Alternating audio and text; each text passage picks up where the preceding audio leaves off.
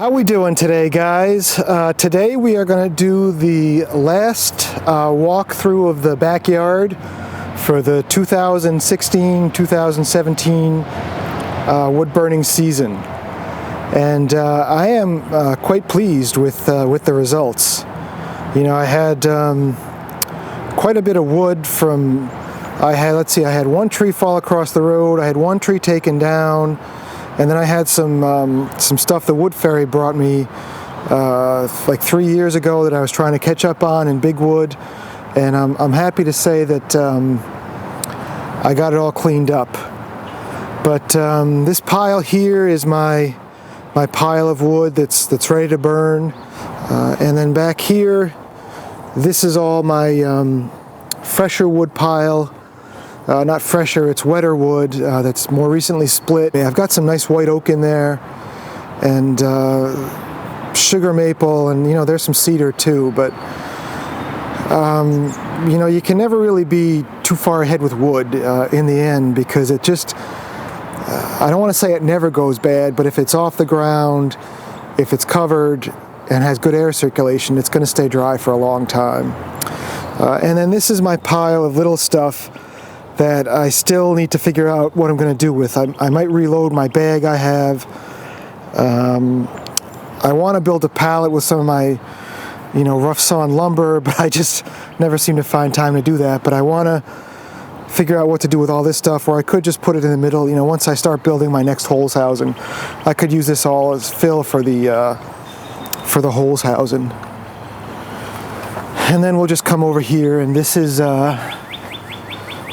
our pile of all the sawdust from noodling, and then I took the powder from chainsaw milling and threw it on top of the pile.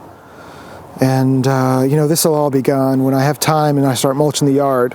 I won't have to buy any mulch for my own yard. I can just use this. So then, you know, here's the splitting tire and my mat, which, you know, it's kind of handy with the freeze-thaw cycles.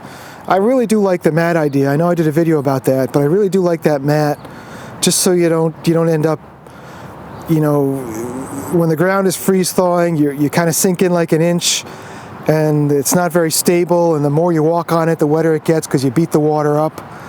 So I really do like that mat idea. And if I ever bring the splitter out and use the splitter, I would just put the mat where I'm going to be walking. And then here's all my big wood that's been noodled, and it really, you know, once you cut it into smaller chunks, it really stores well. And you know, a lot of this stuff, like this guy here, I can split with the maul, no problem. But if you take a look at like this guy over here, you see the knot sticking out. All you can really do, or this one is a fork. All you can do is just take them one at a time and see how they split. And, you know, I said I might, look at this one, it's got a big limb coming off of it there, big knot there, you know. I know a splitter would do better, a hydraulic splitter. I don't know if I'm going to use a hydraulic splitter or not, because I enjoy hand splitting, and as long as I don't do too much of it, my body can keep up with it. And, you know, anything that I can't hand split, I've got this nice little stand I made over here, so I can bring the logs over and put them on top of this and noodle them, and then once I'm done noodling them, I just throw them right on the pile. The last wood video I did, well, the last one I did was cutting that white oak, but there was one I did maybe a month ago where I had a whole bunch of you know, big awkward pieces here, and I mean I went through and cut them all up. So all those big awkward pieces, this is what they turned into. And I don't know if you guys can see. You see all the worm action down here? We just had a ton of rain. See, there's a worm castings there, worm castings there. I mean, there's a lot of worm castings. So this is some pretty healthy soil we got down here. And these worms are going to do nothing but, you know, keep aerating it. And so then I've got the log table here. Haven't touched this since I started milling this cedar, and I've got 3 boards milled, and you know, I'd like to, you know, find time to to mill the rest of this log and at least get some of these boards up on the fence, for no other reason than I just want to see some progress. And if I keep putting it off, it's never going to happen, and I think I need to just kind of get into it. And I did buy, I bought an 8-tooth sprocket for my 066, so hopefully we'll increase the milling speed a little bit. But if we have some nice weather one day this week or maybe next weekend, we'll get out and mill the rest of these. And then, I think I showed you these logs covered in snow. But there's my red maple, which to the best of my knowledge isn't a very desirable wood. Although spalted red maple is pretty desirable. Got my cedar pile right over here. This here is my sugar maple pile. Just got a couple pieces of cherry over here. And then I've got what I consider manageable sizes of white oak over here, with some nice knot going through there. Not sure what to do with that, but that might look nice with that knot in the middle of the board if I just plain saw it.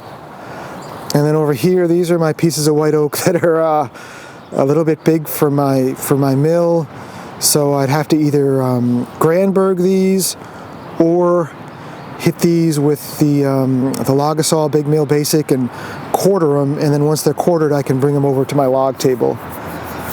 And then my son crossed over from Cub Scouts to Boy Scouts, so he got his, it's called a totem chip, and he learned how to use an axe. So I gave him the axe and let him practice chopping last weekend, and this is the sample cut I made. But my son did this chopping on this piece of cedar. And he just needs to keep practicing and getting strength and confidence and knowing where to hit. I know he was saying he'd swing the axe and he couldn't quite hit where he wanted to hit yet. But give him time, he'll get it. When I was a kid, it's funny, the axe he was using, my dad had an old axe from his grandfather. And I'll put a picture in the video of it here, but when I was, my son is, well, he just crossed over, so he crossed over from Cub Scouts to Boy Scouts, and when I was his age, I remember I used to always grab this axe and just be like, Dad, I'm going to go in the wood and use the hatchet. And I'd grab the hatchet and go, and it's amazing how, I mean, I'm almost 50 years old now, and that same hatchet is being used by my son just as enthusiastically as I was. And it's pretty cool, and I try to remember, as a father, I try to remember what it was like, to be that age. It always seemed like, Dad, when you're older, you seem to have all the answers, know all the answers, but when you're just crossing over from Cub Scouts to Boy Scouts, you don't. And I try to remind myself to just remember the knowledge I had then and talk to that knowledge as opposed to the knowledge I have now. Because the best thing you can do for kids that age is to let them learn as opposed to give them the answers. And it's, I wish I could say sometimes my patients aren't what they should be,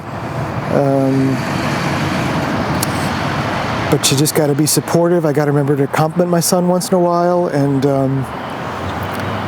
be supportive of him and tell him he's doing a good job. And then this pile over here is, this is the stuff that is way too large for my Logasaw, and if I ever get a granberg, I'll granberg it, and if I don't, it'll become firewood. But I was at the Log Rite open house, today's Monday, so I was at the Log Rite open house 2 days ago on Saturday, and I got to look at the table legs they sell over there. And for between $200 and $300, they sell these beautiful table legs that are, the finished height of the table is like 40 inches. And one of these would just make an amazing, either a table or a workbench. I think more of a workbench for outside somewhere, but it could be a table too, if they were slabbed and dried. But this is where we are, folks, and I gotta say, you know, I spoke to the wood fairy about 2 weeks ago, and I was telling him that I'm ready for more wood, but if he doesn't come for a while, I'm kind of okay with it, because I was a little bit overwhelmed last winter, and you know, I'm kind of enjoying being caught up, you know, and being, everything's neat, you know. So that's about it for today, folks. We will see you soon. Take care. Bye-bye.